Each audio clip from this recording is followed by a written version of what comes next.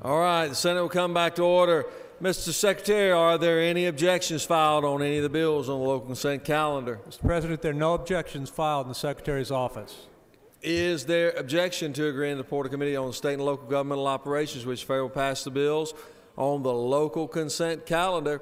Chair hears none. All of those in favor of the local consent calendar will vote aye. Those opposed, no. Secretary will unlock the machine. We're voting on the local consent calendar.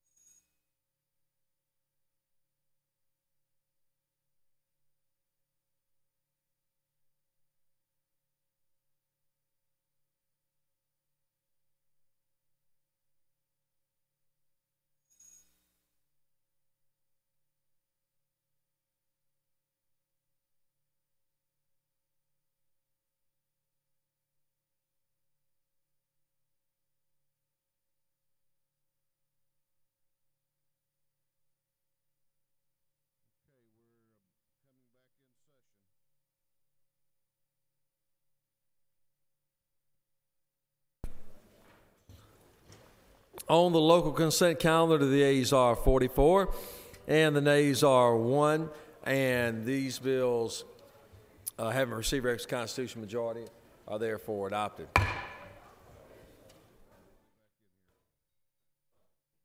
Chair recognizes the majority leader.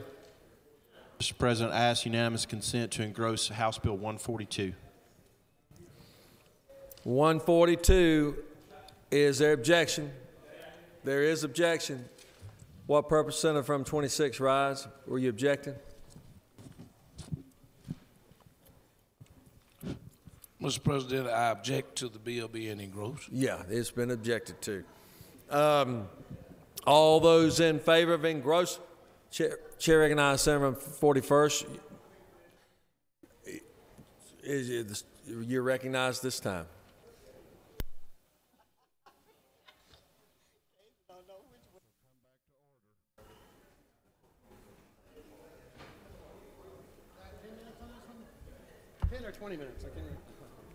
Mr. President, members of the Senate, I'm objecting to this being engrossed for several reasons. Primarily, this ethics bill is an important bill to the citizens of the state of Georgia.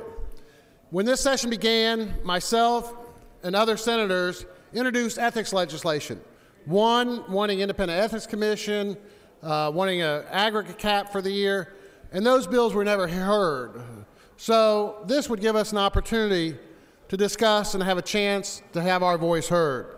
You know, this chamber used to be one where we felt a lot of trust and had a positive majority and minority working relationship, both in the old days when Democrats were in charge and in recent days. But when we see a third of the bills on the calendar engrossed, and we see motions that are designed just to prevent public debate, as we saw bills being put on the calendar, tabled for only the purpose of pulling them off at a later date, reducing the time we can debate them,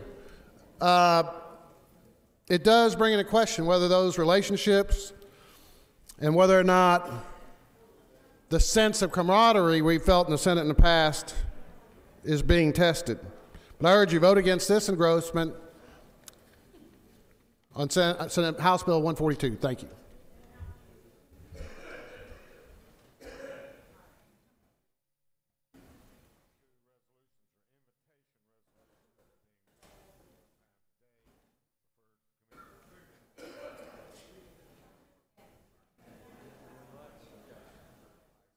All those in favor of engrossment will vote aye. Those opposed, no. Secretary will unlock the machine.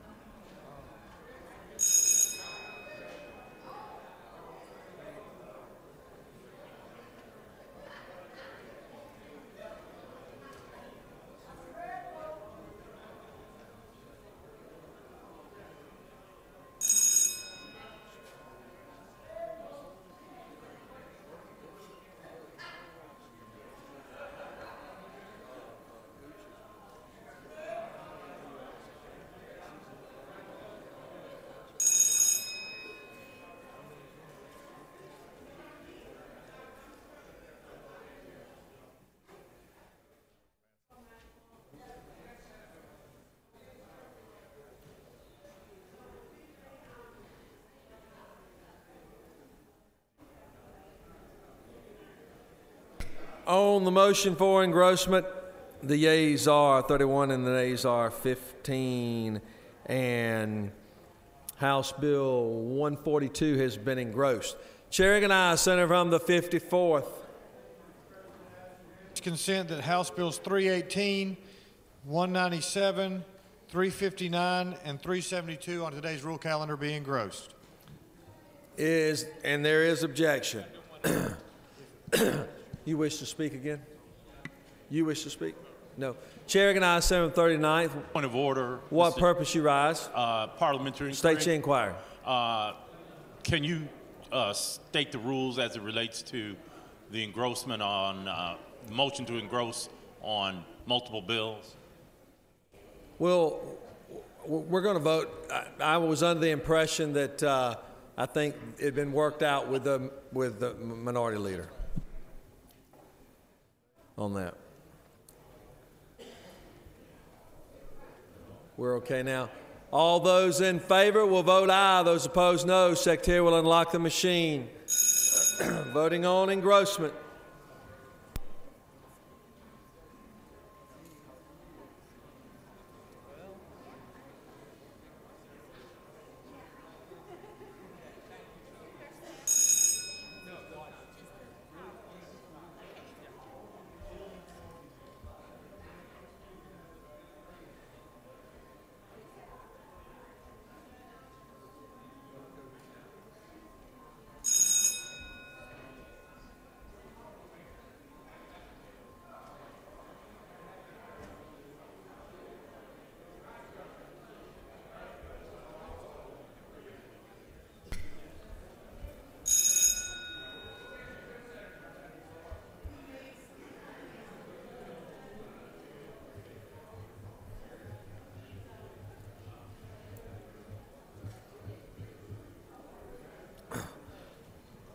On the motion for engrossment, the yeas are 34 and the nays are 15, and the bills that are before you have been engrossed. Moving on to the general calendar. Secretary will read House Bill 106. House Bill 106 by Representative Ralston of the 7th and others. A bill to be entitled an act to make and provide appropriations for the state fiscal year beginning July 1st, 2013 and ending June 30th, 2014, and for other purposes. The Senate Appropriations Committee substitute to House Bill 106. A bill to be entitled an act to make and provide appropriations for the state fiscal year beginning July 1st, 2013 and ending June 30th, 2014, and for other purposes. Through with the order, Mr. President.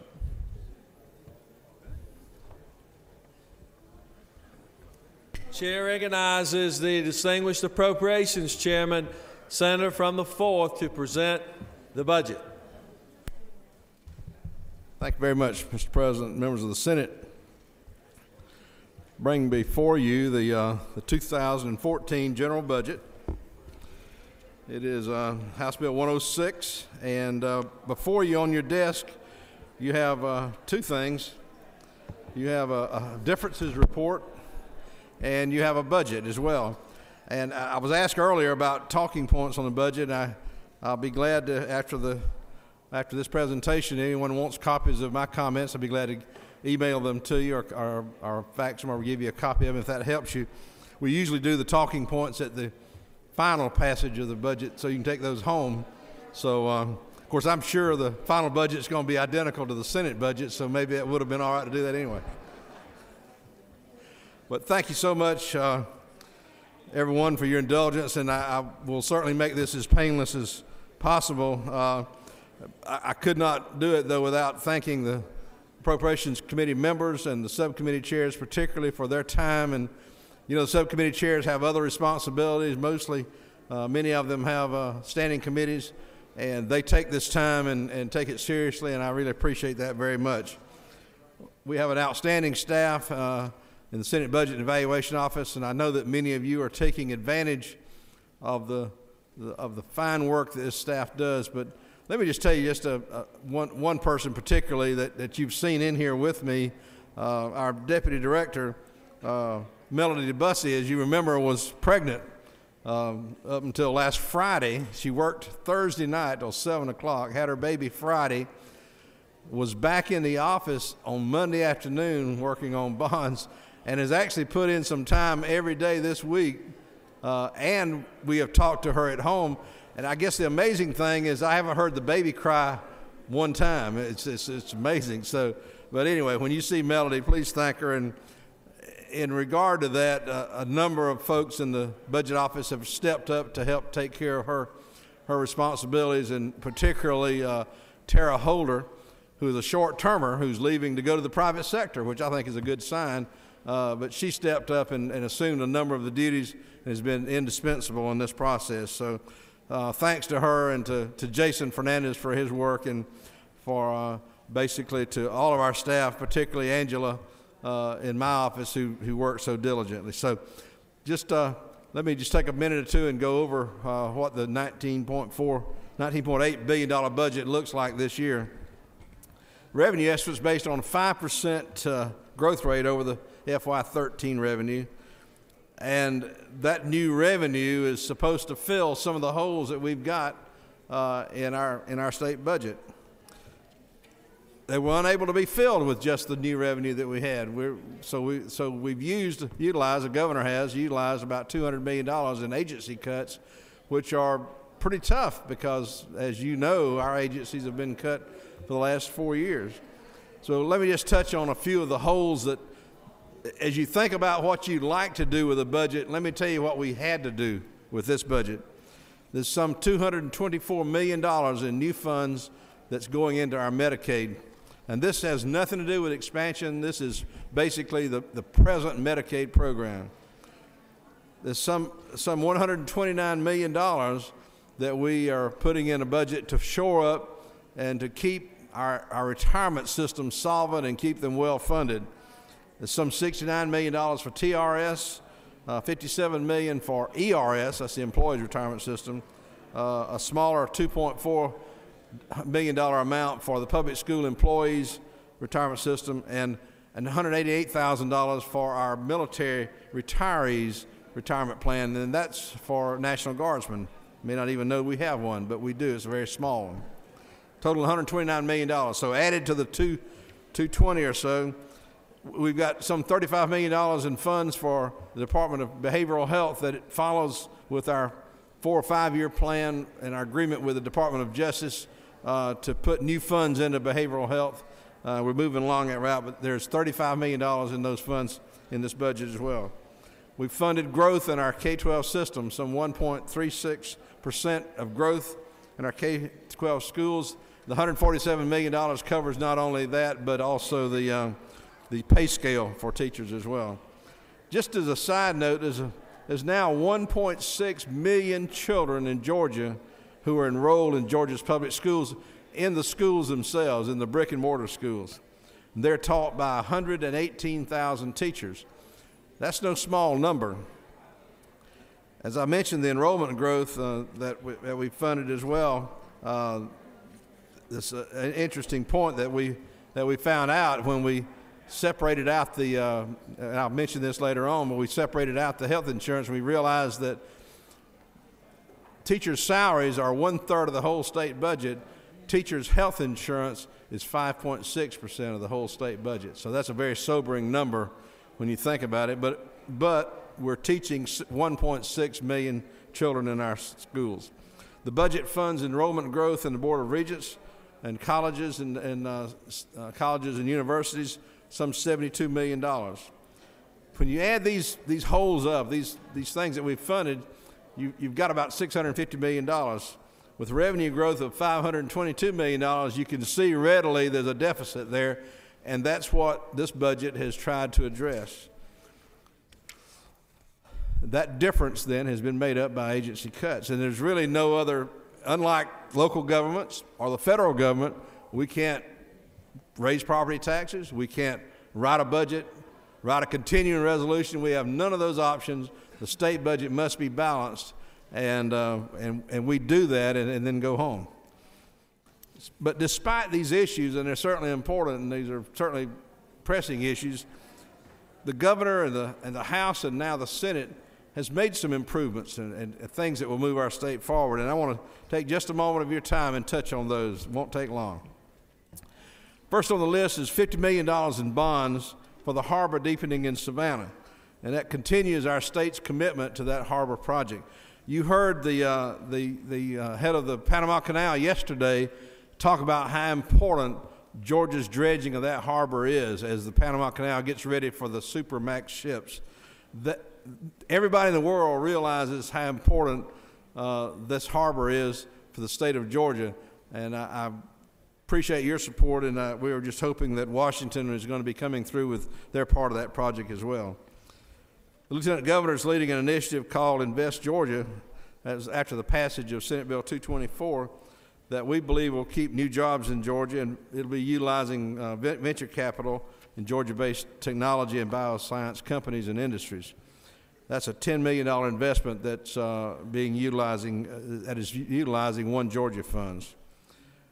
There's $9.4 million in new funds for the REBA, our Regional Economic Business Assistance Program. And those are our deal maker programs, and we have an existing budget that's pretty good. Well, this follows the governor's commitment. When he moved the foreclosure funds that were in there last year, he committed to add new funds to our economic development efforts, and he has followed through on that as well.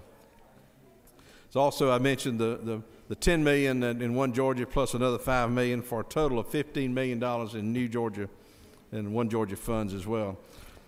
Other highlights include the governor's recommendation and our funding along with the House of $5 million for juvenile court incentive funding grants to give local juvenile courts some options. And of course, under the juvenile reform bill, we're trying to move as much as we can to local options and local programs and try to keep hard beds for the really dangerous kids as well. We've moved the administration of those grants to the Criminal Justice Coordinating Council, and I believe that all parties have agreed to that. The Senate restored $1.8 million to the Governor's Office of Children and Families for continuing community strategy grants. We've moved funding for the Georgia Archives, and I know that's an item of interest to many of you.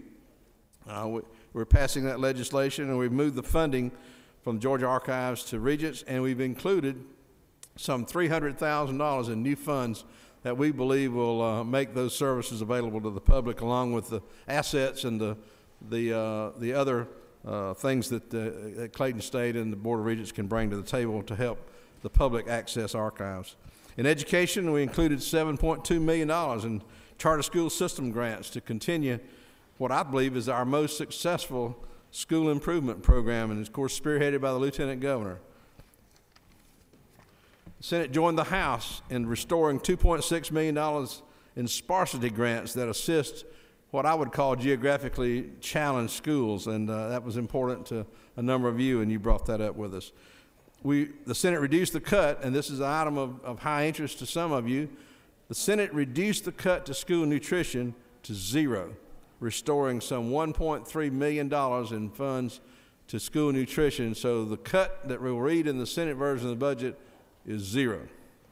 We created a new program to separate out the cost of health insurance from the QBE formula. I mentioned a while ago that sobering fact, and I think it is really brought to the light when you look at that number by itself. It's over $1 billion, the amount that we spend in Georgia for health insurance for teachers. Well spent money, but you know, I think it's important that we understand that sometimes the QBE formula is growing, but it's only because we're putting more money into health insurance, and sometimes we may or may not get credit for that. So we're going to propose to the House that we separate the health insurance into a separate program, and hope they go along with us as well.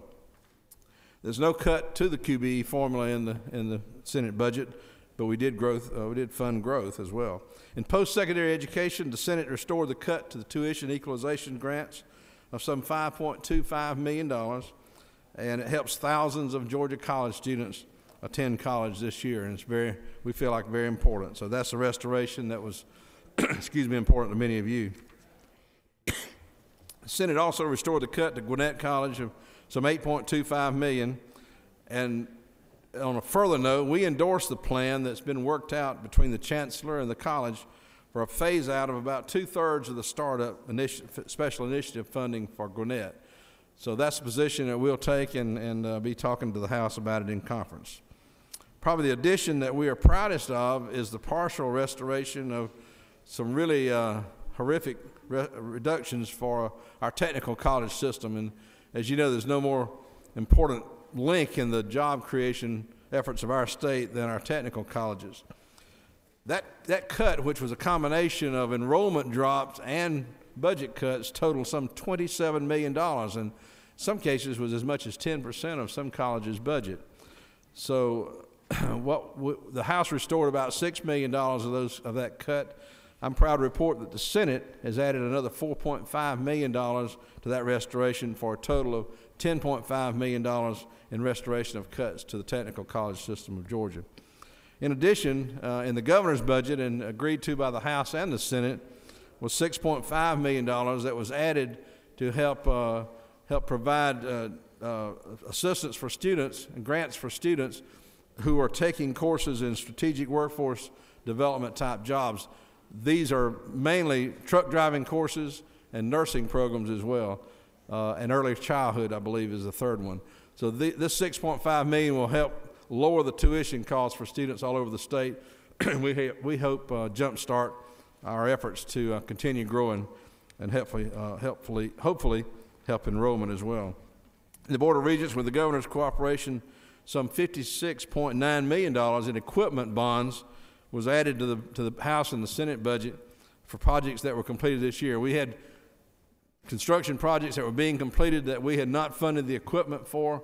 It was partially funded in the governor's budget. He came forward with funds to finish that obligation, and so the good news is there'll be no new building in Georgia on a college campus that opens for a lack of equipment. As far as individual projects are concerned in the Board of Regents, I'll mention just a few.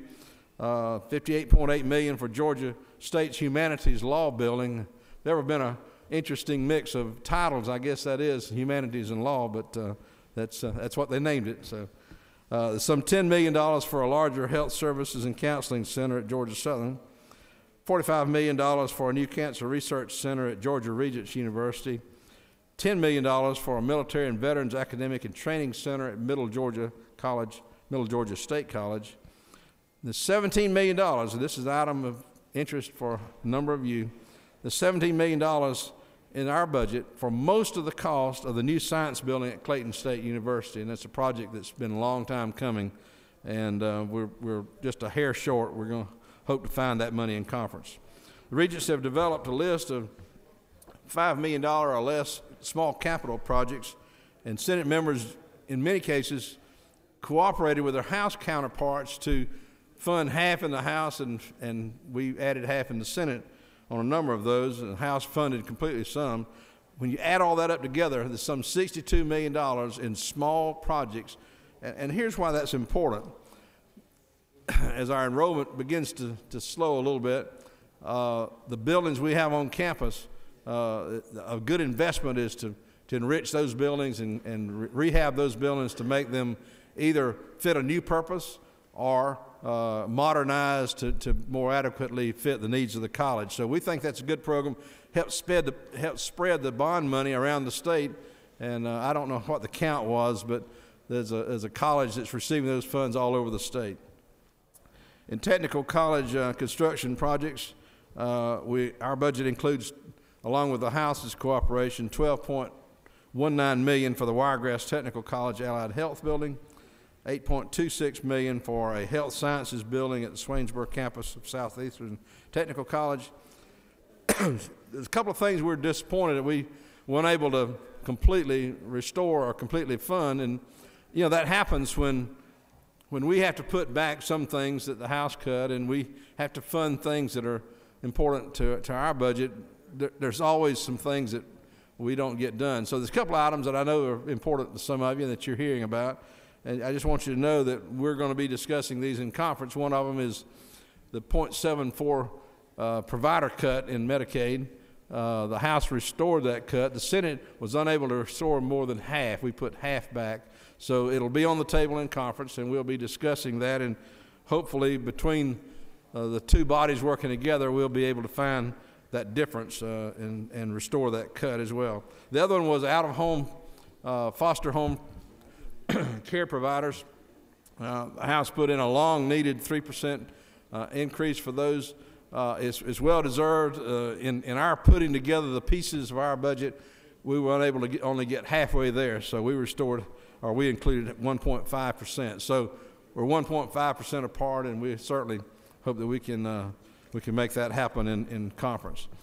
Ladies and gentlemen, I remember some of the things that George Hooks used to say about when it rains, it rains on the golfer and the farmer alike. One's happy and one's not so happy. But you know, a budget in great times would probably still not be satisfying to everybody. But I will tell you this, we've worked together with the governor's office and with the House, and we'll continue to do that to try to help our state move forward. And while not everything will be exactly the way everybody wants it, what I hope you walk away from all of this is the belief that our process is open and that you have a role in it and you have a part in it and you have input to it. And in the end, when we come back with a budget after meeting with the House, it'll be something that we can all be proud of and will help move our state forward. So with that, Mr. President, I'll be glad to take a quick drink of water and answer some questions. Thank you. Question on the adoption of the committee. No, I'm sorry, what? I have a question. Oh. May have. No, there are no questions, sir. No, there is a question. Chair recognizes Senator from the 41st. Were you wishing to? I was going to speak, but I'll just ask a question and we'll do it that way. Senator, when we looked at balancing the priorities of the Senate, is it not true that you elected in the process to put money in for charter school systems rather than money for trying to meet the House with the 0.74% provider fee for Medicare, Medicaid, and Peach Care? And I just would, ask, as you weighed your priorities, did you have any concerns about having these charter systems continually get more money than other school systems in the state? And did you have any trouble with the equity of that? Well, it's in code, and the process is the systems work up to the point where they become eligible for it, and so it would really be a little dishonest not to honor that commitment. I think you'll find in this legislation that you'll be seeing between now and the end of the session that all three parties, the House, the Senate, and the governor, have agreed on a future for charter systems, and it's going to ensure that charter systems, that it is both fiscally responsible and meets what we believe is a plan that helps schools and districts, local systems, really improve. Everybody's been trying to improve education for 200 years. This is the one program that appears to involve the systems and the schools themselves in improving. So, I would say to you that I don't know that we did that, what you said, but I would say this, education is equally important as providing a raise for doctors and hospitals and nurses. Is it not, if I may want for one follow-up, is it not true that... I yield. Go ahead. Thank you.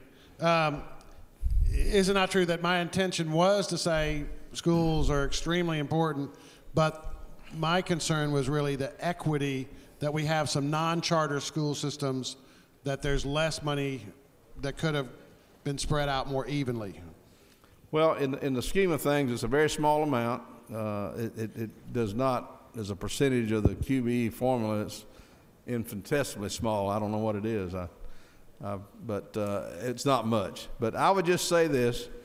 We've spent an awful lot of time over the years trying to find the formula that raises graduation rates, keeps kids in school, gets parents involved, gets parents to cooperate with administration and with teachers. This charter system program and this track appears to do a great job of that.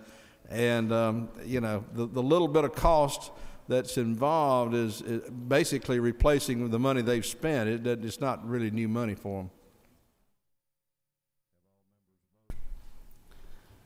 them. No further questions. I'll be delighted to talk to the senator from the 41st about charter systems and show him all the facts he needs. Ladies and gentlemen, I appreciate your attention and urge your adoption. Thank you very much. Questions on the adoption of the committee substitute. Is there objection? Without objection, committee substitute is adopted. Does any other senator wish to speak for or against the bill? Is there objection to grant the report of committee which failed pass the bill? Chairs none. Report of committee is agreed to. Shall the main question be now put? Are there any objections? The chairs none. Main question is ordered.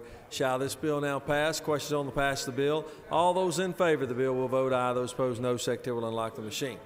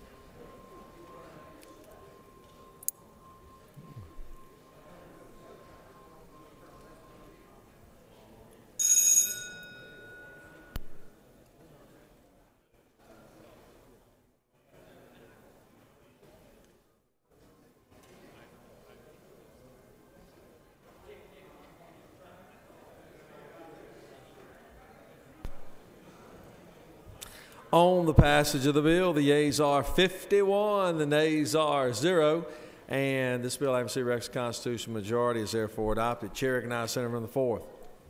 Mr. President, I move that this bill be immediately transmitted to the House. Thank you, Is sir. there objection? Without objection, we will immediately transmit the budget to the House. Secretary will read House Bill 209. House Bill 209 by Representative Watson of the 166th and others. A bill to be entitled an act to amend Article 1 of Chapter 4 of Title 26 of the OCGA relating to general provisions regarding pharmacists and pharmacies so as to revise the definition of security paper and for other purposes. The Committee of the Senate on Health and Human Services recommends that this bill do pass by substitute. The Senate Health and Human Services Committee offers the following substitute to House Bill 209. A bill to be entitled an act to amend Chapter 4 of Title 26 of the OCGA relating to pharmacists and pharmacies so as to add and revise definitions and for other purposes. Through with the order, Mr. President. Chair recognizes Senator from the 11th to present the bill.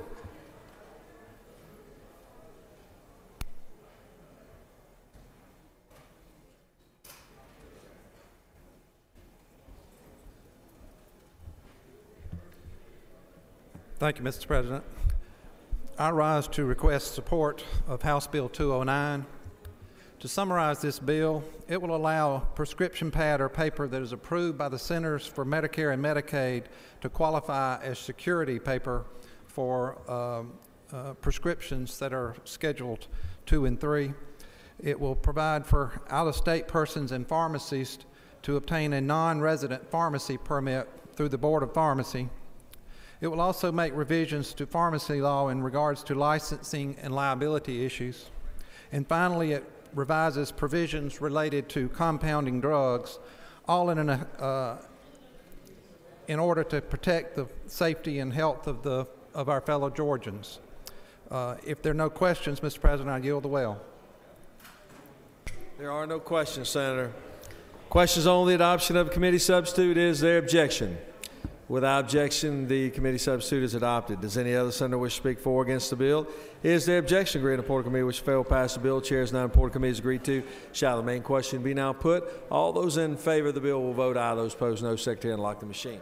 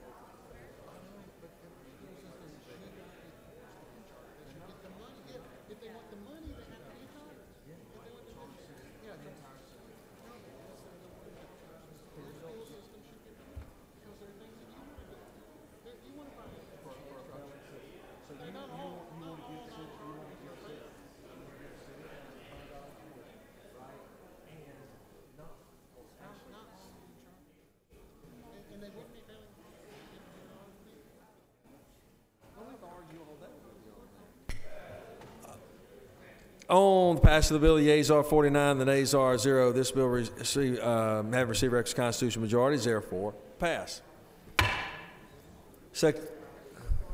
Chair recognizes Senator from the 11th. Mr. President, I rise to request unanimous consent for immediate transmittal of House Bill 209 to the House. Is there objection? Without objection, it will be immediately transmitted. Secretary will read House Bill 318. House Bill 318 by Representative Stevens of the 164th and others. A bill to be entitled an act to amend Article 6 of Chapter 8 of Title 48 of the OCGA relating to the Georgia Tourism Development Act so as to revise certain definitions and for other purposes. The Committee of the Senate on Finance recommends that this bill do pass by substitute. The Senate Finance Committee offers the following substitute to House Bill 318. A bill to be entitled an act to amend Chapter 10 of Title 10 of the OCGA relating to the Seed Capital Fund so as to create the Invest Georgia Fund and for other purposes. A minority report has been filed. Through with the order, Mr. President. Chair recognizes Senator from the 54th to present the bill.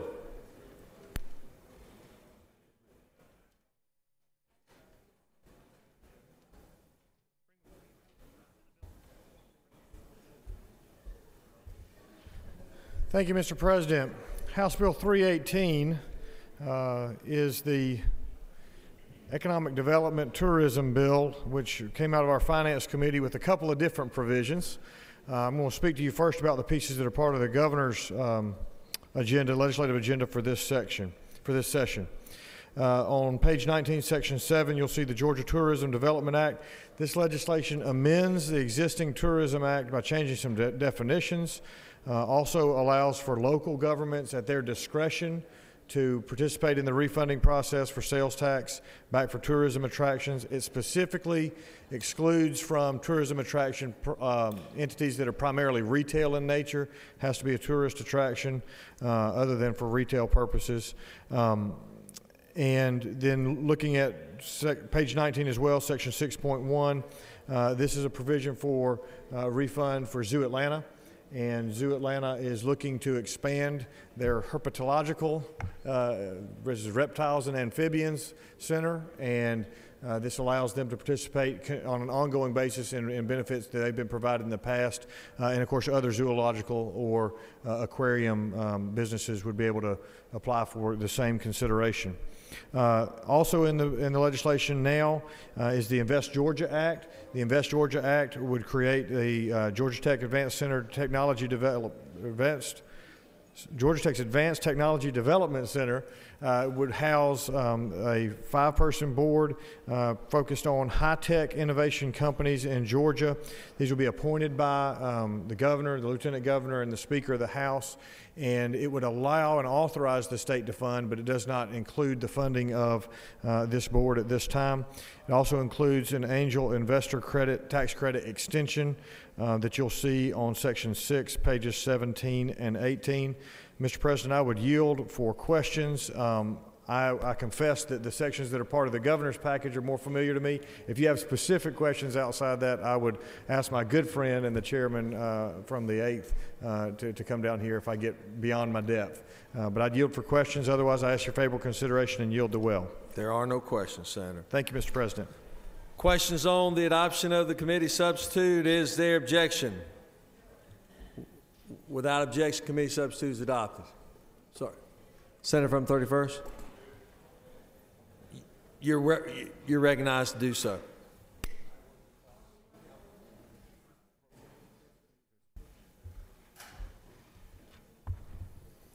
Ladies and gentlemen, I just stand before you now with some hesitation as the floor leader stood here and told us that this is at least part of this is an administration bill. But I feel a responsibility to share with you what I know to help you avoid pitfalls. I have provided or had distributed on your desk 2 letters from Legislative Counsel that I requested of them about the constitutionality of the 2 major bills that are combined here today. Both of them, in the opinion of myself, which doesn't count for much, as well as in the opinion of Leg Counsel, who is our legal advisory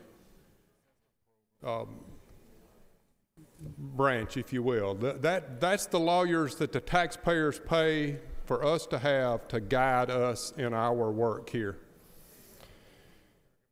When I ask about the constitutionality of these two bills, I was provided the letters that I had distributed on your desk, which says that they believe that these two bills are unconstitutional.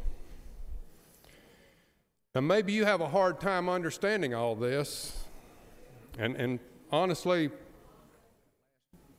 Chairman of Appropriations, I was working on my comments here, and I didn't follow all of his comments this morning, and I don't know if he had mentioned this or not.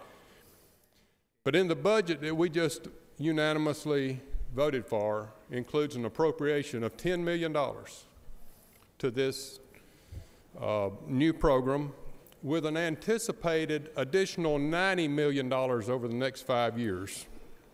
Now, it's important that we do what we can to attract industry and tourism to this state.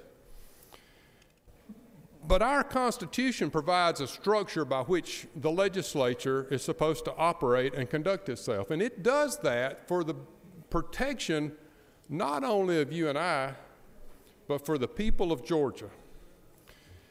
It provides protection to the people of Georgia in that it seeks to defend our sources of revenue so that we can continue to fund education, public safety, health issues, all the things that we just voted to do in our budget. We got to have the revenue sources to do that. But it also seeks to provide protection to the taxpayers to be sure that we don't do something that creates a huge tax increase for them unknowingly. So the law requires us to have fiscal notes on fiscal bills for that purpose. Our rules are drafted, our Senate rules are drafted to reflect the intentions of the law. Now, I've been here and talked about that with you before. Folks, we have voted in this body to suspend our rules many times already this year.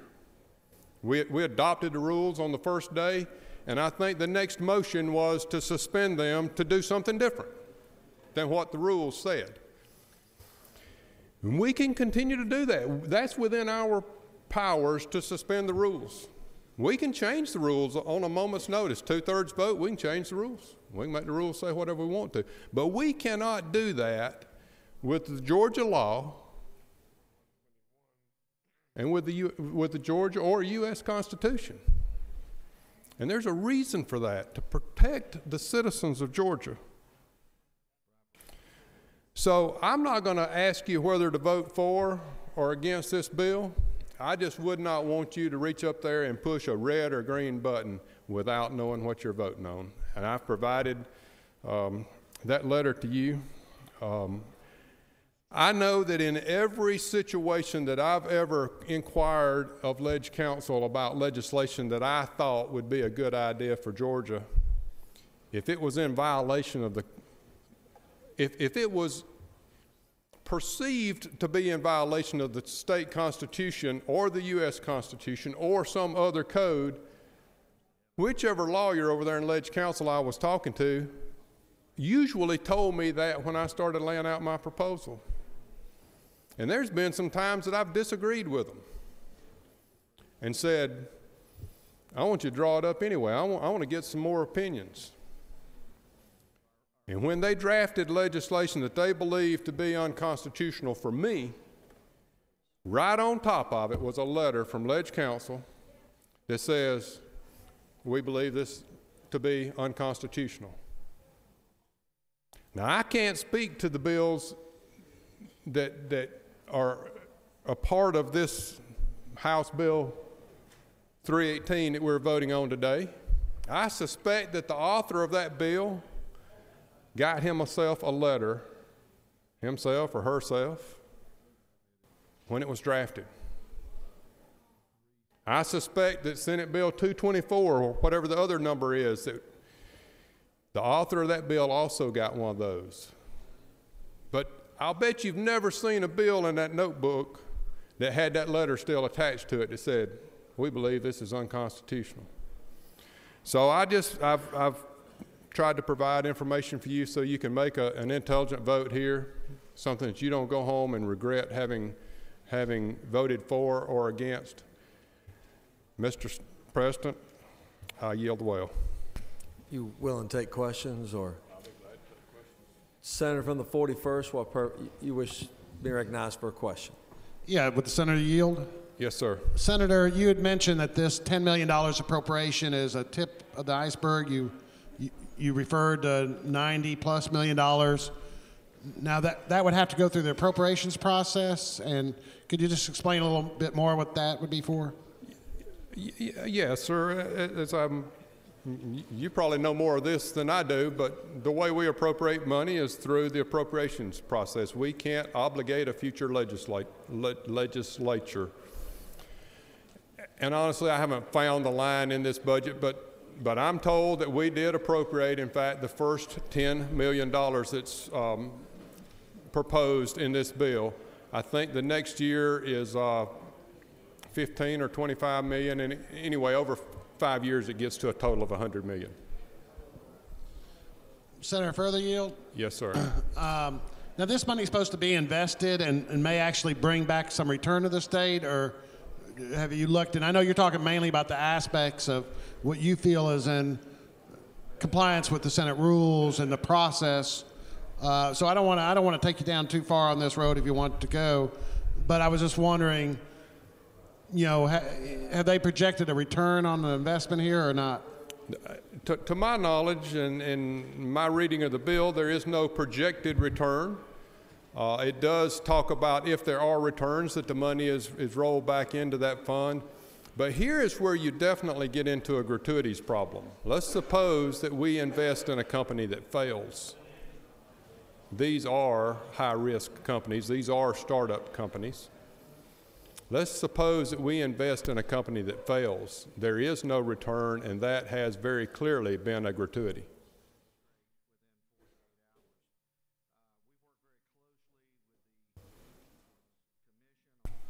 Chair recognizes Senator from the 49th for a question.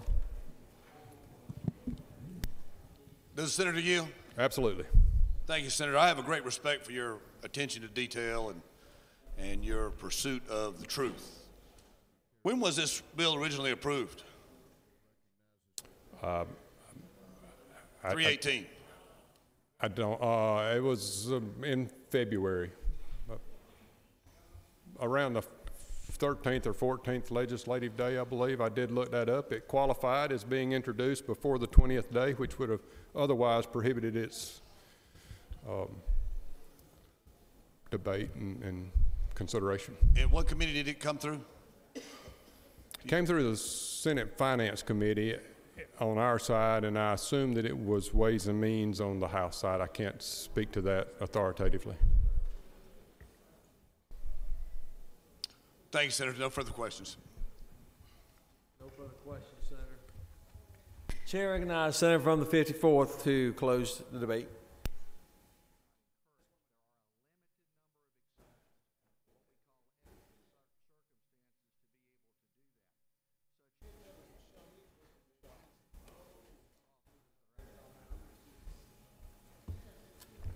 Thank you, Mr. President. I'll try to be brief but also direct.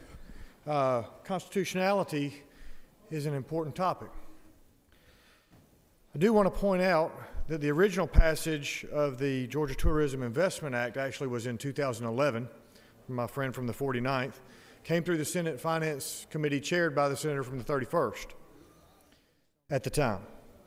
I also want to point out that on line 125 through 130 of the bill you have in front of you today, you will see a specific reference to a constitutional provision.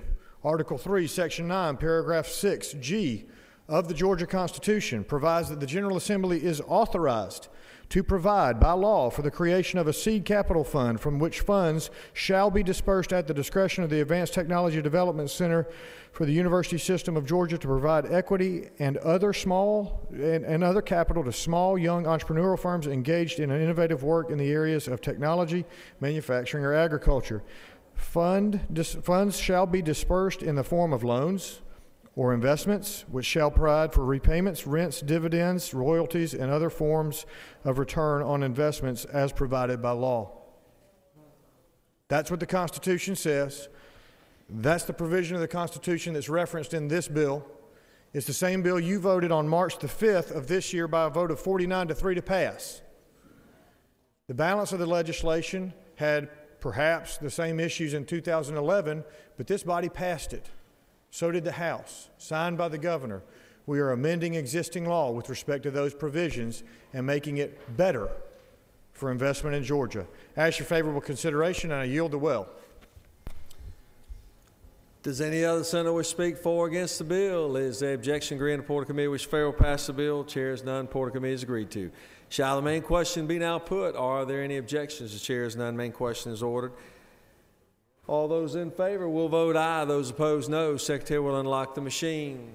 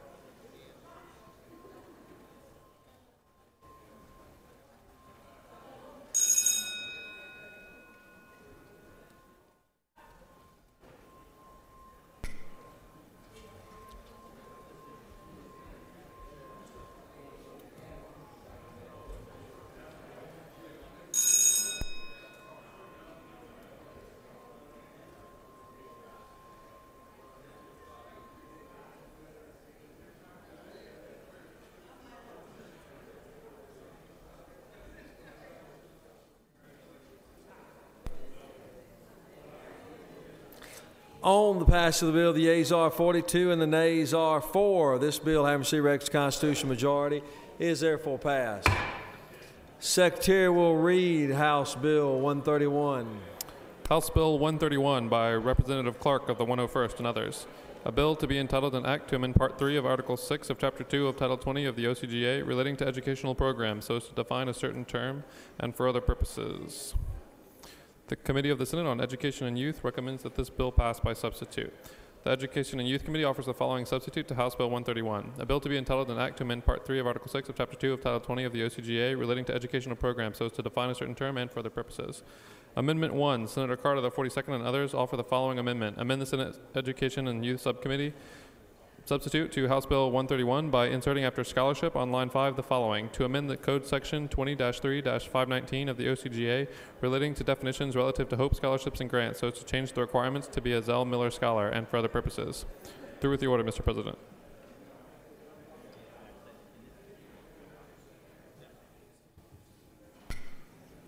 Chair recognizes the senator from the 45th. Present the bill.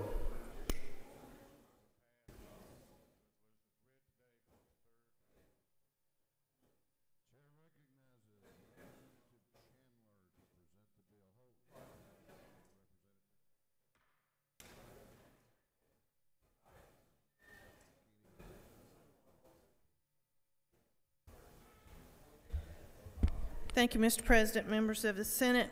I believe there is an amendment on this bill and it's being printed. House Bill 131 involves dual enrollment. It's a consumer-friendly education bill, and I have to tell you, it's my first education bill since I've been here, and it's my honor to be able to carry it for the Senate, representative from Lawrenceville.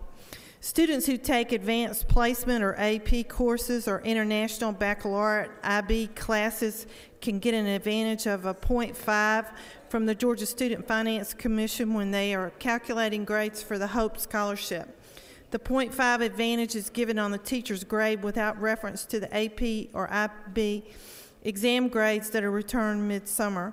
This bill gives the same advantage in the final grade to a student in dual enrollment in comparable classes. I know that in my particular district, I've gotten a lot of complaints about this, that they need to be given credit for those classes, and that's why I agreed to carry the bill. With that, Mr. President, I'll be glad to answer the questions that I can, and I will wait on the amendment. there's no questions, Mr. President, I yield the well. Is there an amendment? Yes. Read the amendment. It's been read. Chair recognizes Senator from the 42nd to speak to his amendment.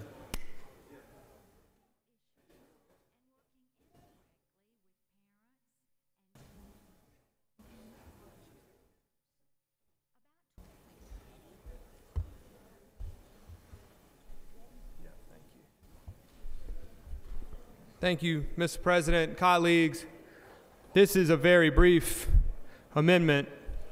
All it does is it modifies the Zell Miller Scholarship Program to reflect the merit of people all over the state of Georgia. You all know that we've spent a lot of time debating the qualifications for the Hope Scholarship and the purpose of the Hope Scholarship and why and how it got adopted. But I'll say this, at a minimum, the Hope Scholarship, we can all agree, I've heard everyone in here debate, from the governor to the members of this body, and say that it's a merit-based scholarship. Well, the Zell Miller Scholarship Program is the program that retains a full tuition for students. And it's the only scholarship that does that. I believe, and I've said it before, that we ought not spend that money paying for people who already can afford to go to college. We have limited resources. That's my belief. But at a minimum, if you're going to reject that idea, which I understand the folks in charge of our state today have rejected, if we're going to pay for people who don't need it, let's at least be honest about what it means to be a merit-based scholarship. The current system says you get the Zell Miller Scholarship if you have a certain grade point average and a certain SAT score. And if you believe that the SAT is the best way to judge hard work and merit, then I think you should look at the following numbers. How do I make this go? Can you advance it for me? Oh, this is how I do it, right? Like that? We just go to the next slide for me. Here, can you just go to the I'll answer 3 slides.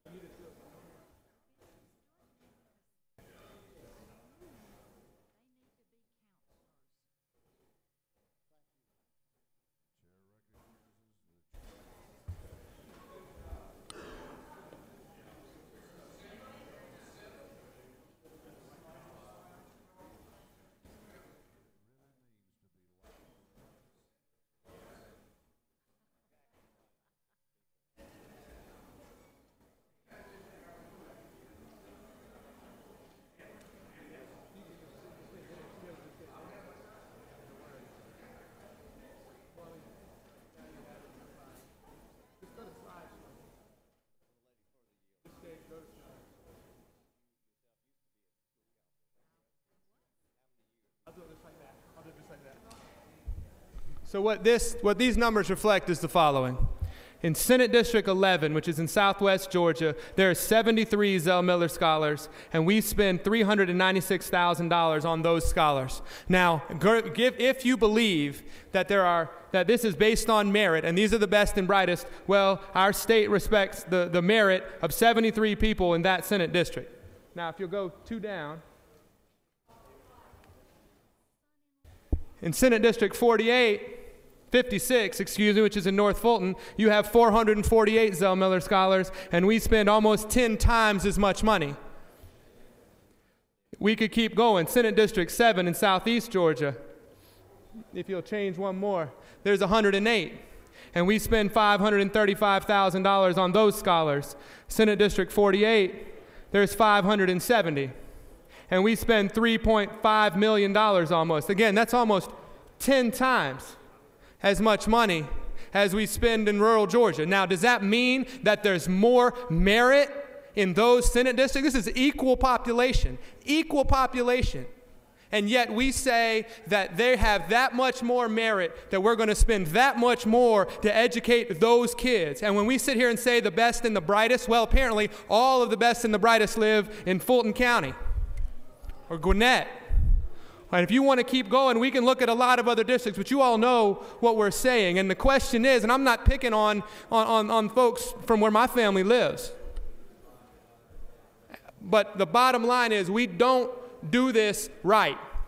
It's already an entitlement program for the wealthiest people in the state, and now we're doubling down on that, and we're depriving the people who need it the most and who've worked arguably the hardest to get where they are. So all my amendment does is it says this: instead of basing this on the SAT score, we are going to base the Zell Miller Scholarship on the top 3% of every graduating class in the state. Now that means that if they go to high school, and for the homeschools, you'll see on the amendment, we keep the same requirements.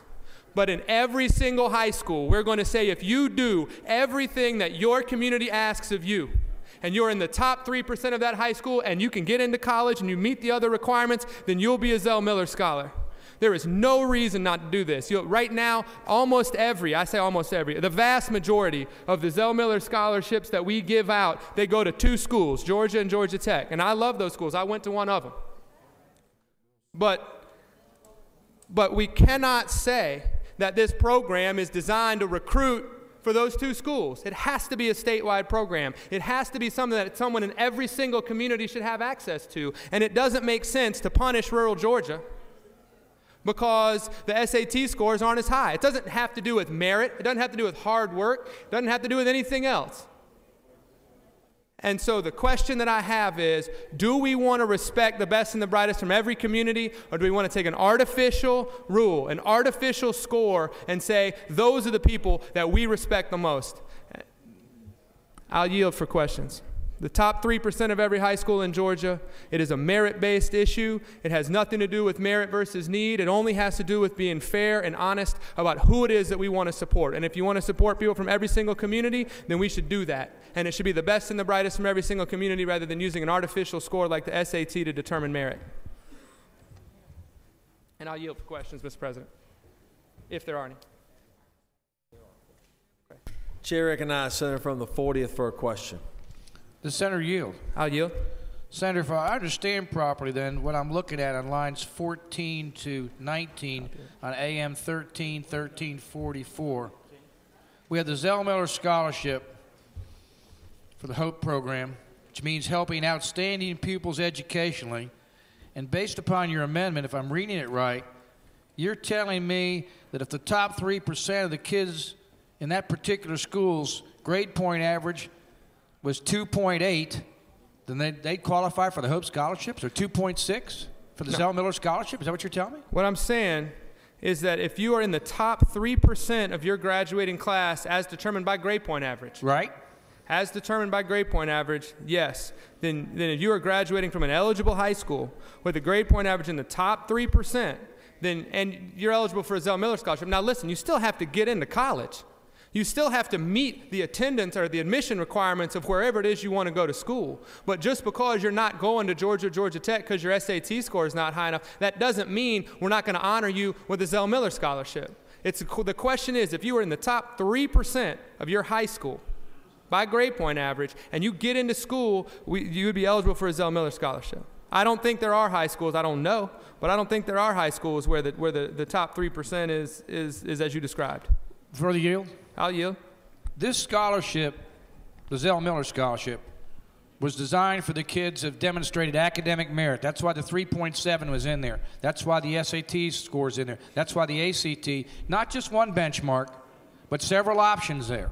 Are you telling me that, are you telling me that you don't think that those particular benchmarks, a 3.7 for a full scholarship versus a 3.0 for a traditional HOPE scholarship, you don't think that's equitable? I think that the SAT score is not equitable. And the reason I think that is because when you look at equal populations around this state, you can demonstrate that it's not equitable. And the question that I have is how do we judge merit?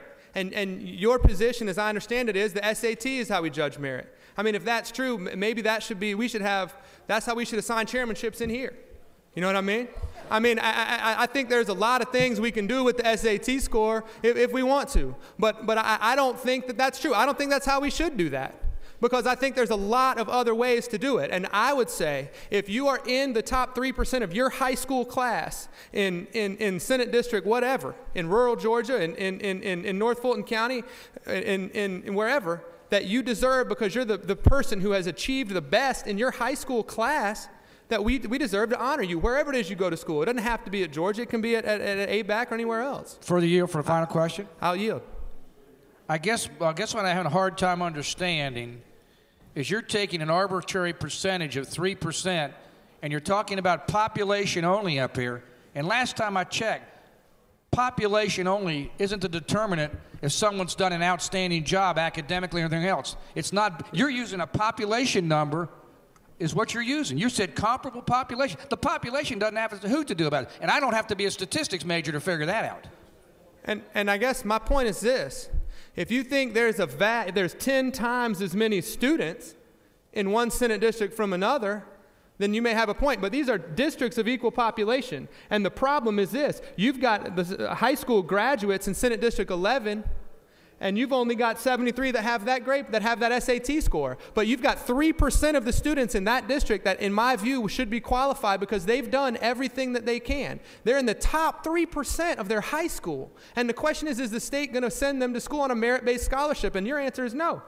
And my answer is, well, that can't be. It means we're not judging merit appropriately. Because if we were judging merit in the same way, unless you believe, and you might, that folks in North Fulton have more academic merit than folks in South Georgia. You might believe that. I don't. Senator, you've prompted one final question. If you I'll yield. If I've got a high school, okay, where I've got 75 or 200 kids, and I got a high school with 3,000, you can take your population numbers and they're totally irrelevant. Right. I've got 168,000 kids in Gwinnett County. That's right. I got a lot bigger than, and you're talking about comparable. These aren't comparable high schools. You're taking Senate population, but these aren't comparable high schools. You can have a high school with 200 kids in it versus one with 1,500 or 3,000. So I'm sorry, but your population numbers, they don't fly. But the point is, if you've got a 3,000 person high school, you'll get the top 3% of that high school. And if you've got a 200 person high school, you get the top 3% of that. I guess that would be discriminatory, would it not, Senator? No. Not at all. It would be 3% of every high school.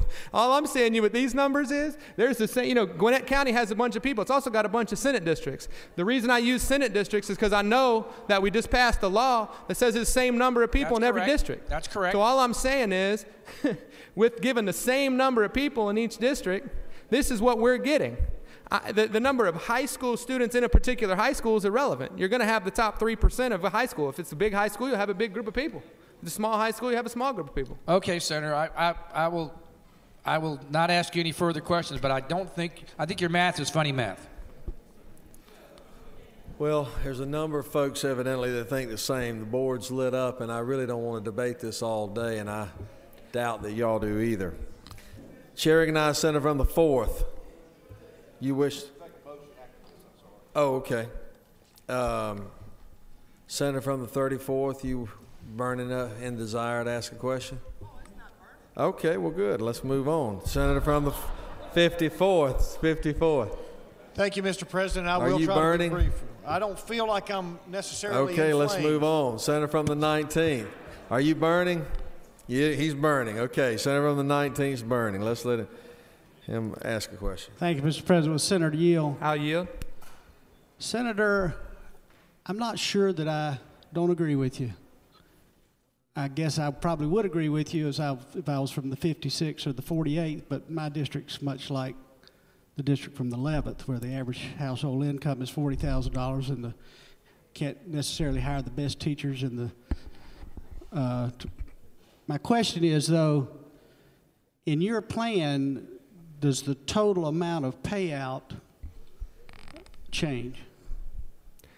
Under my plan, and the reason we picked 3% is that was the goal of the original Zell Miller program, was to have it be about 3% of the graduating students who would get it.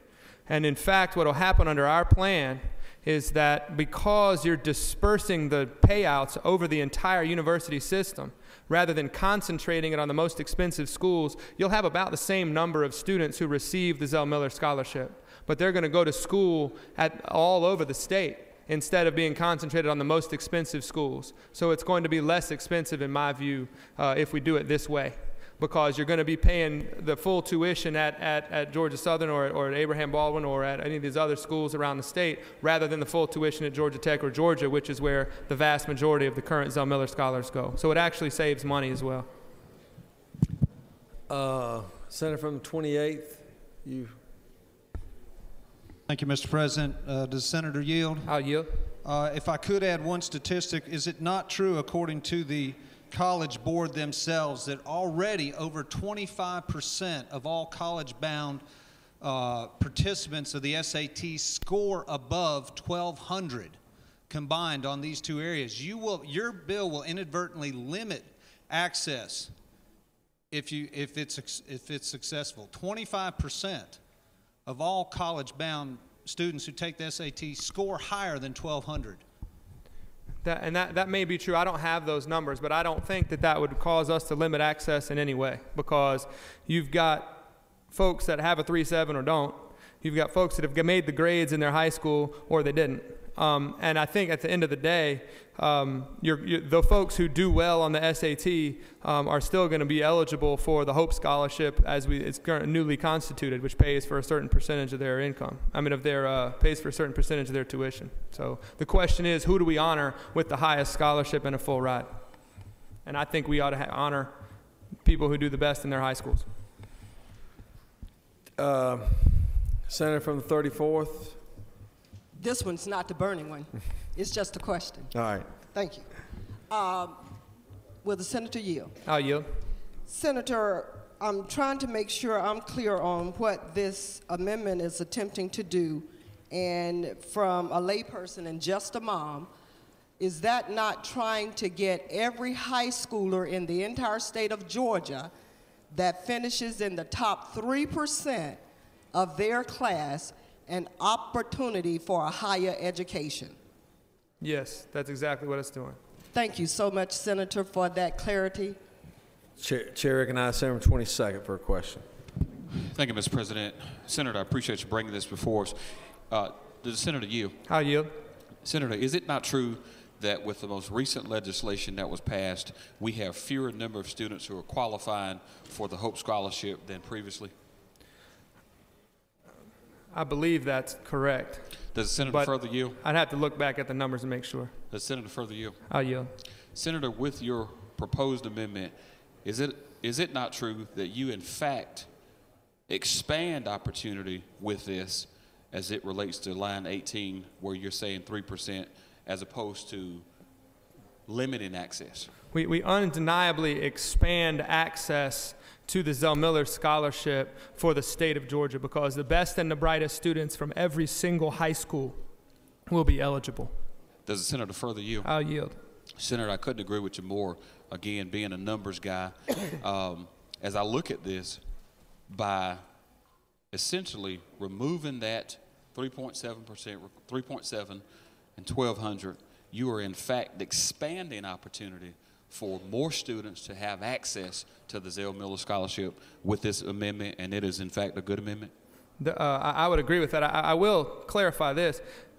It's in all likelihood the 3.7 is going to be even higher, because it's only going to be for the people in the top 3% of their class. So it's very likely that the Zell Miller scholars, I would guess that you'll have a higher average grade point average than 3.7, but you'll have a different SAT score to the extent that that's relevant. Does the Senator further yield? I'll yield. Essentially, with this amendment, is it not true that you're expanding the pool of students who have greater opportunity and access to apply and, in fact, meet the requirements for this scholarship? And it will ensure that they can afford to go to college, because this would be a guarantee that we would give a full scholarship. Thank you.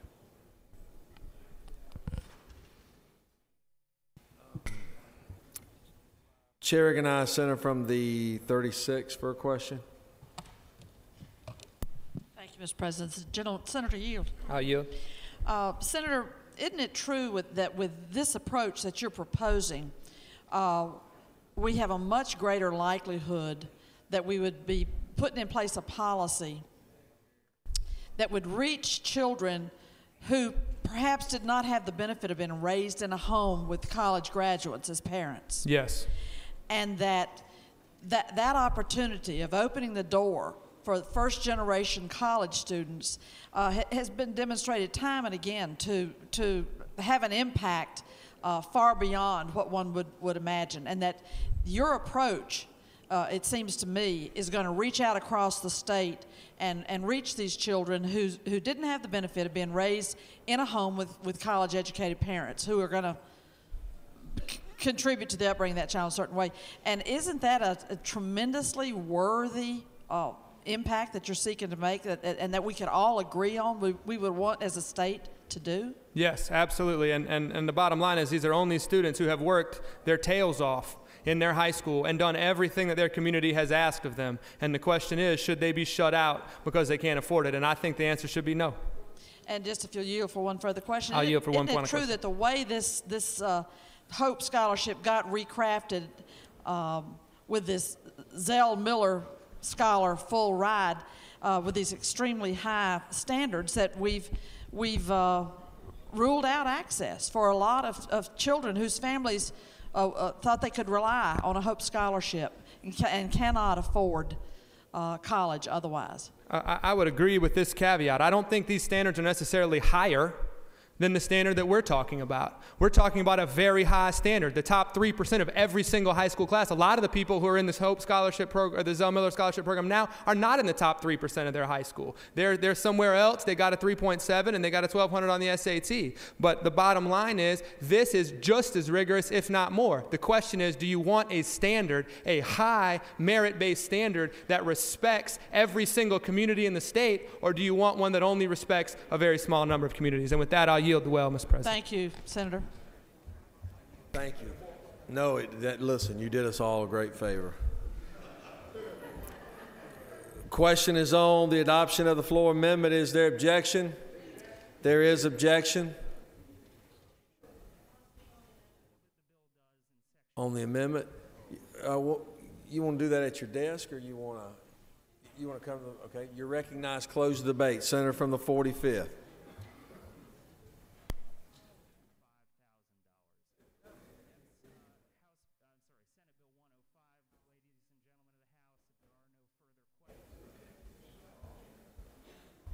Thank you, Mr. President, and I'll just take a minute.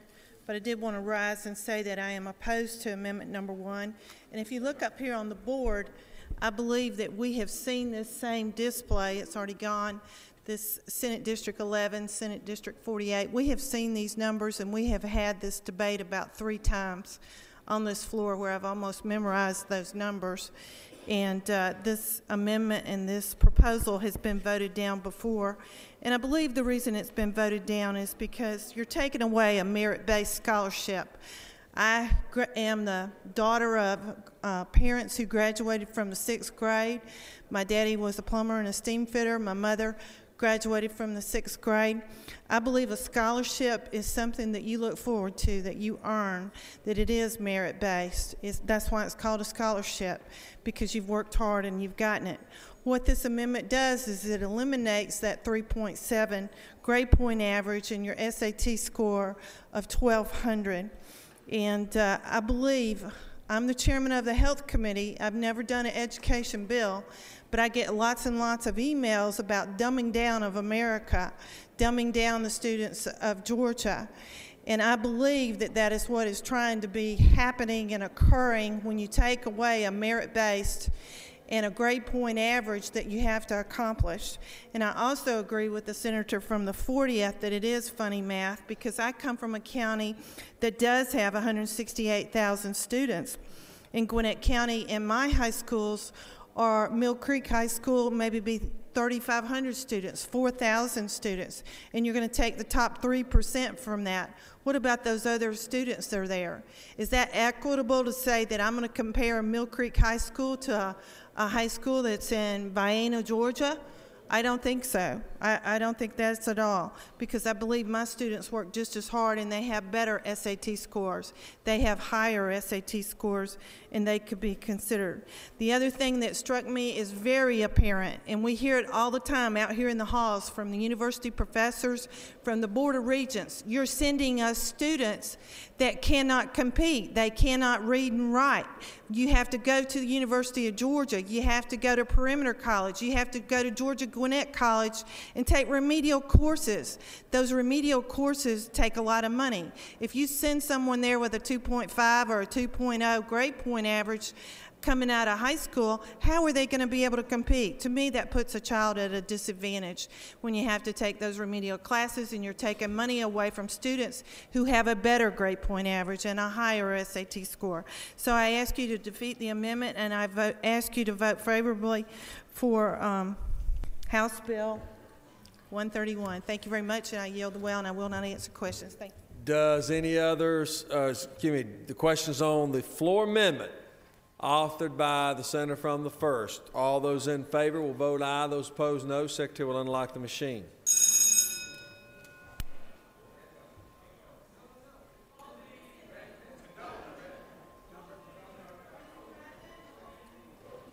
Chair recognizes Senator from the 45th. Mr. President, it is not true. I asked for a red vote on this to vote for the students of Georgia based on merit. I take the senator at her word. Chair recognizes Senator from the 42nd. Parliamentary inquiry, Mr. President. Is it not true that if you believe that if you vote based solely on merit, that we think we should trust the merit of every community in the state? And you would vote yes? And the senator has great passion for which he speaks.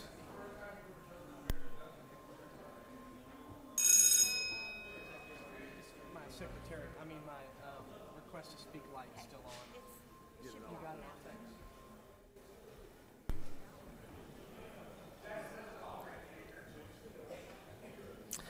On the floor amendment, the ayes are 15 and the ayes are 33, and the amendment has lost. Question now is on the adoption of the floor amendment, adoption of the committee substitute. Is there objection? Without objection, the committee substitute is adopted. Does any other senator wish to speak for or against the bill? Is there objection? Agreed. The Report of Committee which fair will pass the bill. Chair is none. Report of Committee is agreed to.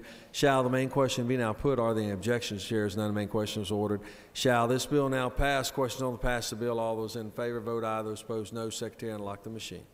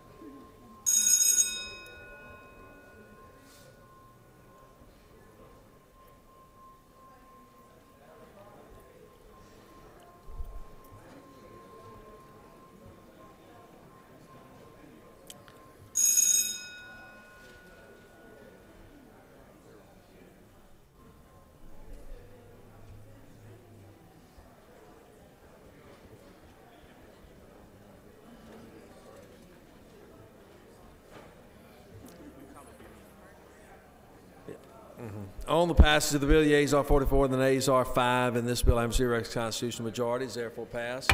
Secretary will read House Bill 1, or excuse me, Chair recognizes Senator from the 4th. My apologies. Mr. President, I move the Senate insist on its substitute to House Bill 106. Is there objection? Read the caption. House Bill 106 by Representative Ralston of the 7th and others. A bill to make and provide appropriations for the state fiscal year beginning July 1st, 2013 and ending June 30th, 2014. Senate is insisting on our position. Is there objection? Without objection, the Senate has insisted on its position on the budget. Secretary will read House Bill 175. House Bill 175 by Representative Hightower of the 68th and others. A bill to be entitled an act to amend Article 3 of Chapter 5 of Title 44 of the OCGA relating to covenants and warranties so as to provide that certain covenants run with the land as a matter of public policy of the state and for other purposes. The Committee of the Senate on Judiciary recommends that this bill do pass. Through with the order, Mr. President. Chair recognizes Senator from the 29th. Is it you or you? No. Senator from the 29th.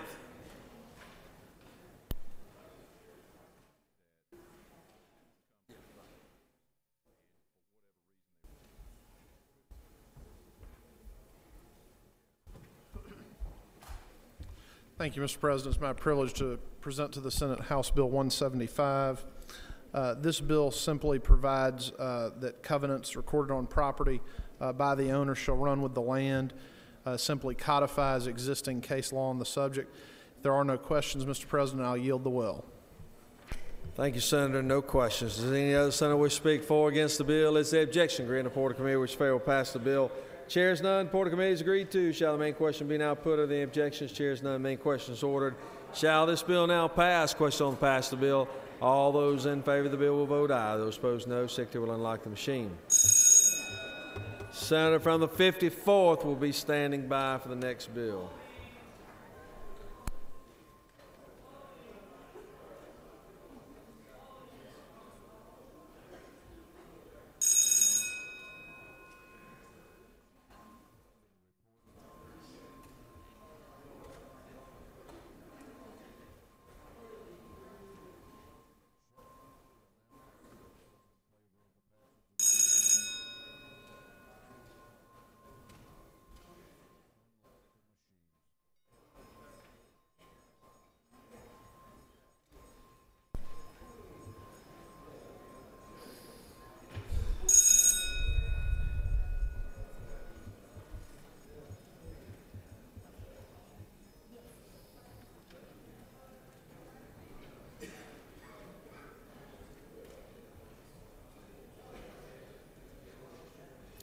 On the passage of the bill, the yeas are 47 and the nays are 0, and this bill, MC Rex Constitutional majority, is therefore passed. Secretary will read House Bill 194. House Bill 194 by Representative Powell of the 171st and others. A bill to be entitled an act to amend Chapter 1 of Title 46 of the OCGA relating to general provisions regarding public utilities and public transportation and for other purposes. The Committee of the Senate on Judiciary recommends that this bill do pass. Through with the order, Mr. President. Chair recognizes Senator from the 54th. Present the bill.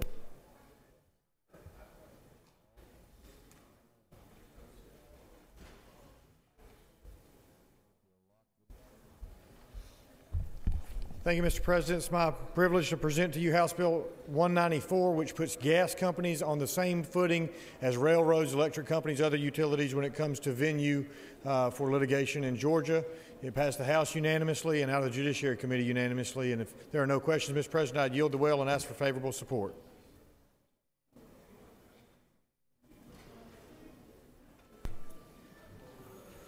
No questions. Thank you. Any other senator wish to speak for or against the bill? Is the objection agreed? The report of committee which fail pass the bill. Chairs none. Report of committee is agreed to. Shall the main question be now put? Are there any objections? Chairs none. Main question is ordered. Does all those in favor will vote aye. Those opposed, no. Secretary unlock the machine.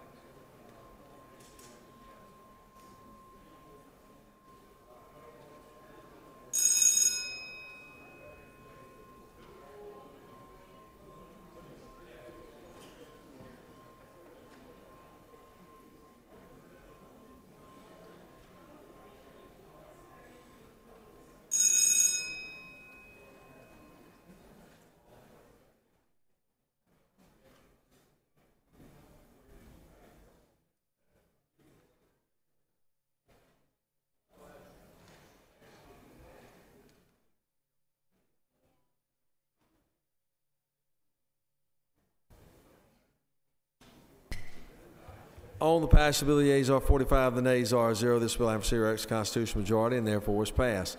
Secretary will read House Bill 197. House Bill 197 by Representative Powell of the 171st and others. A bill to be entitled an act to amend Chapter 5 of Title 48 of the OCGA relating to ad valorem taxation of property and for other purposes.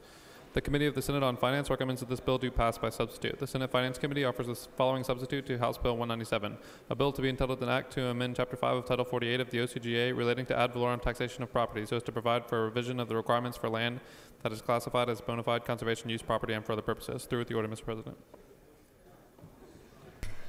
Chair recognizes distinguished senator from the 19th present the bill.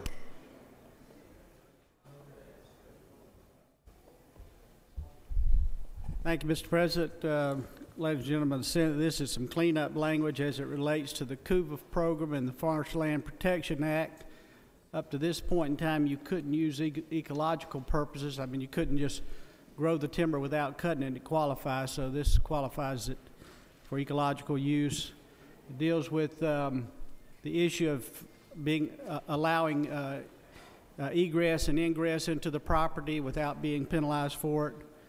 It allows for, in the Farmland Protection Act, to be able to cut the timber and plant it back and use it for agricultural purposes without being penalized.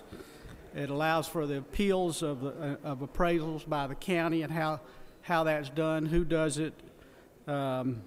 Also provides for how you calculate interest and penalties and limits those amounts.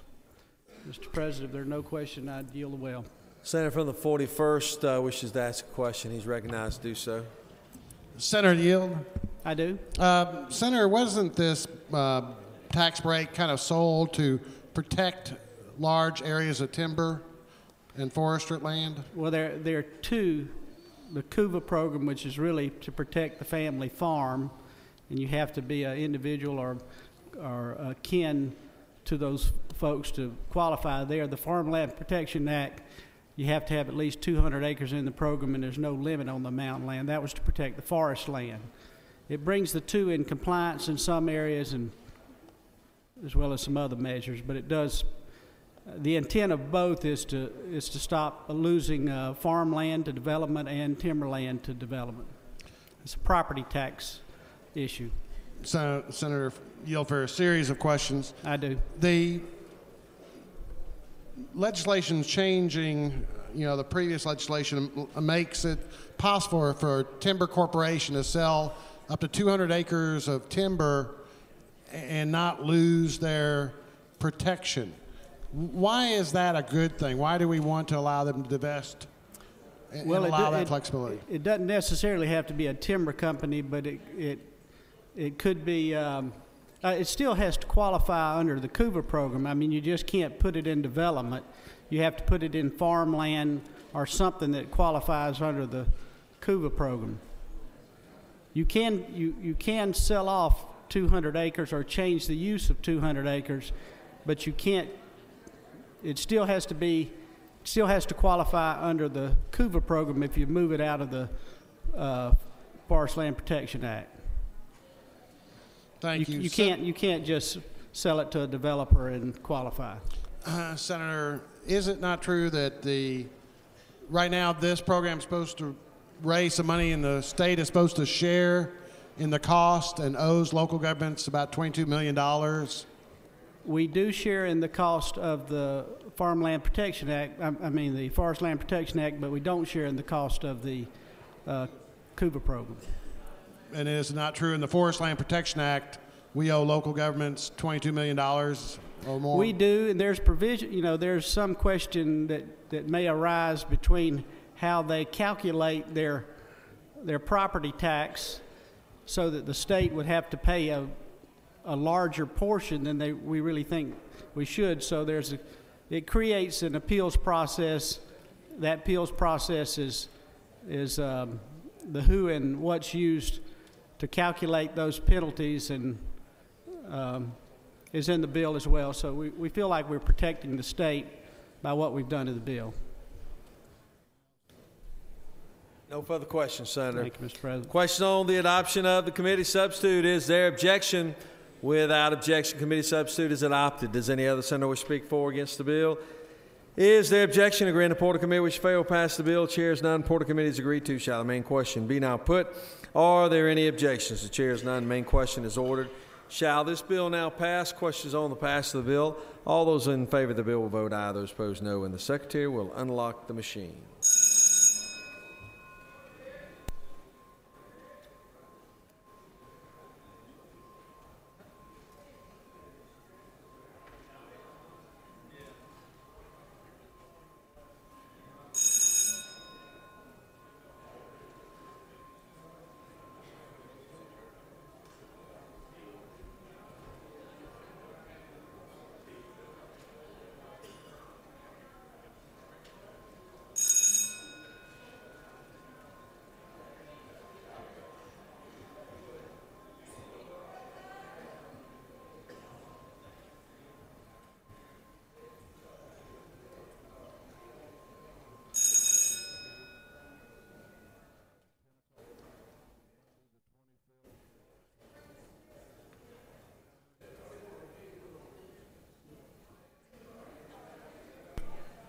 On the pass of the bill, the yeas are 44 and the nays are 6. And this bill, having received requisite constitutional majority, is therefore adopted. Secretary will read House Bill 142. House Bill 142 by Representative Ralston of the 7th and others. A bill to be entitled an act to amend Chapter 5 of Title 21 of the OCGA relating to ethics in government so as to change certain provisions relating to powers and duties and for other purposes. The Committee of the Senate on Rules recommends that this bill do pass by substitute. The Senate Rules Committee offers the following substitute to House Bill 142. A bill to be entitled an act to amend Chapter 5 of Title 21 of the OCGA relating to ethics in government so as to change certain provisions relating to powers and duties and for other purposes. Through with the order, Mr. President. Chair recognizes Senator from the 53rd to present the bill.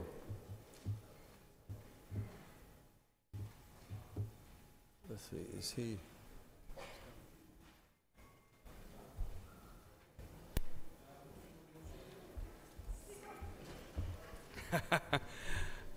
Thank you, Mr. President, members of the Senate.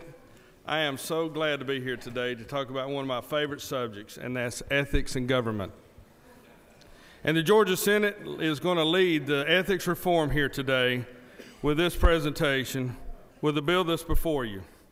First, I'd like to thank many members of the Senate who have worked on this issue to help perfect it as we move it back over to the House. I also would like to thank the Speaker and the House for bringing this debate to us in the form of legislation. But this ethics reform has been a top priority of this Senate, of this body, since day one.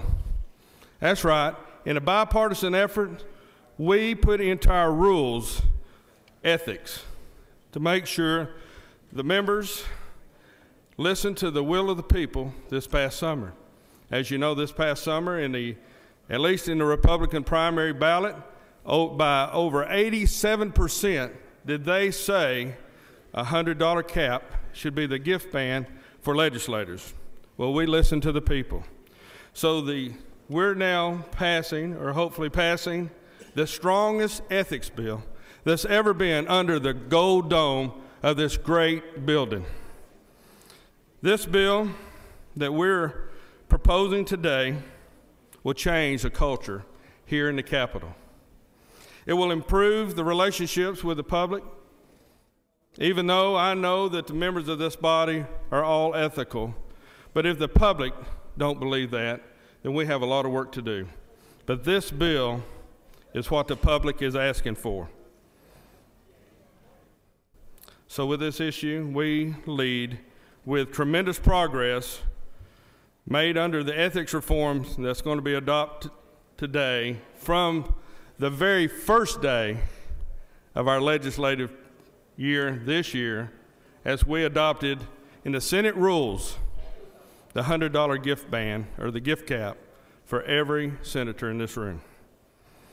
The bill eliminates loopholes and special carve-outs, and it ensures every elected official in Georgia that they will be under the most strictest ethical standard our state has ever had. Lobbyist expenditures will be capped at $100, a number that, again, 87.2% of the people on the Republican primary ballot, and I know the Democrats feel the same way, that was endorsed in the July 2012 election. There are no special loopholes for committees, subcommittees, caucuses, or delegation. The only exception is to the event that the entire General Assembly is invited to, that is a result of long-serving history and tradition in the General Assembly, such as a Wild Hog Supper, fundraisers for the Atlanta Community Food Bank, that is traditionally over at the depot or in the Floyd Room or in the Blue Room. Those things that the entire General Assembly is invited to. Those are the only exceptions. The Senate bill will cover every elected official in Georgia, from the governor all the way down to the most local elected official, school board, mayor, city council, county commissioner, the coroner. Every elected position in Georgia will be covered by this bill. The Senate reform respects local control. We talk about it every day here. But this bill respects local control by allowing them to adopt their own rules, just like we did on our very first day here in this chamber. They can adopt their rules provided that the gift cap is no more than $100. It can be less, it could be zero, but it's their responsibility, it's their choice of how they want to adopt their rules, provided it doesn't go over $100. From the House to the Senate to the governor's office and on down. The Senate bill will cover all that with every elected official. Their gift caps, again, must be $100. Their policy must be clear and enforceable, and it must have enforcement provisions for all violators. Their policy must be publicly identified, and it must be for review for every citizen. Anybody that chooses not to adopt these ethics policies by adopting their cap will be a zero. Travel expenditures will be limited to trips related only to public officials, to your public official duty. Only domestic travel will be part of that permit. The citizens of Georgia have told us what they want, and they have also told us that they do not want to be considered lobbyists. We honor their First Amendment today with this measure. Only the lobbyists that are professionally paid, that represents groups that pay them to be lobbyists, just like today, will remain today. I will be glad to go over some of the bill's interior. Section 1 deals with rulemaking, and we leave it as the House presented it to us. Section 2 deals with the definitions of expenditures and lobbying expenditures. And our change is this. Under the amended Senate version, dinners for members of standing committees, subcommittees, local delegations are no longer accepted. The only thing that is accepted, as I said earlier, was things that the entire General Assembly are invited to, like the traditions at the Georgia Depot and over at the Sloppy Floyd building. If you attend an event, you're under the $100 cap as provided by the Senate rules. Section 3, there's no changes to the House proposal. Section 4, there's no changes to the House proposals. But Section 5, it's the lobbyist reporting. We again go back to believe that the relationship with lobbyists and the members of the General Assembly should be that of those who are paid for it by groups and other businesses around this great state. Section 6, our change is that provides that any governmental body at the state or local level wishes to enact a rule or regulation that loosens this restriction to allow public officials of its jurisdiction to accept any expenditures up to $100. It shall be gone long listing for the guidelines listed under this code. This includes the enforcement that is in the rules and also the laws that govern the Ethics Commission in Georgia. Number 7, this deals with the $100 expenditure cap that requires lobbyists to report any gifts to any legislator or any elected official up to $100.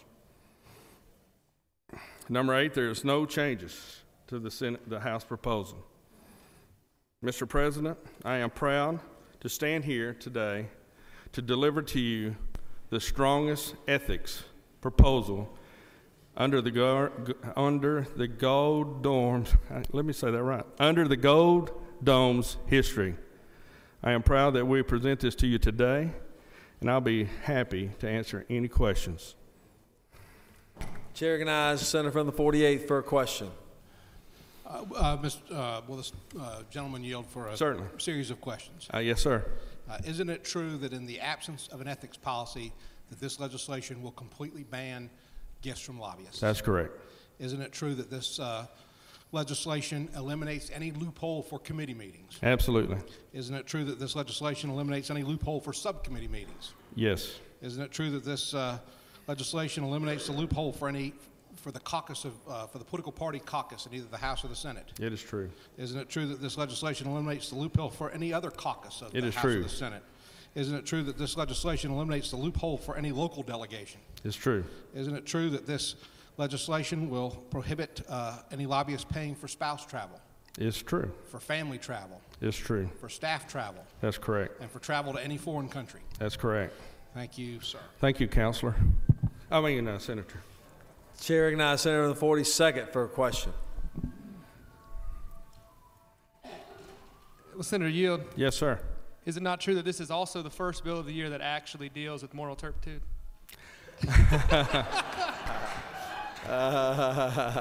Senator, thank you so much for bringing that up. This whole bill today is moral turpitude, something your mama would have taught you. Amen. And I know she taught you well. No further questions. Thank you. I appreciate your vote. Thank you, Senator.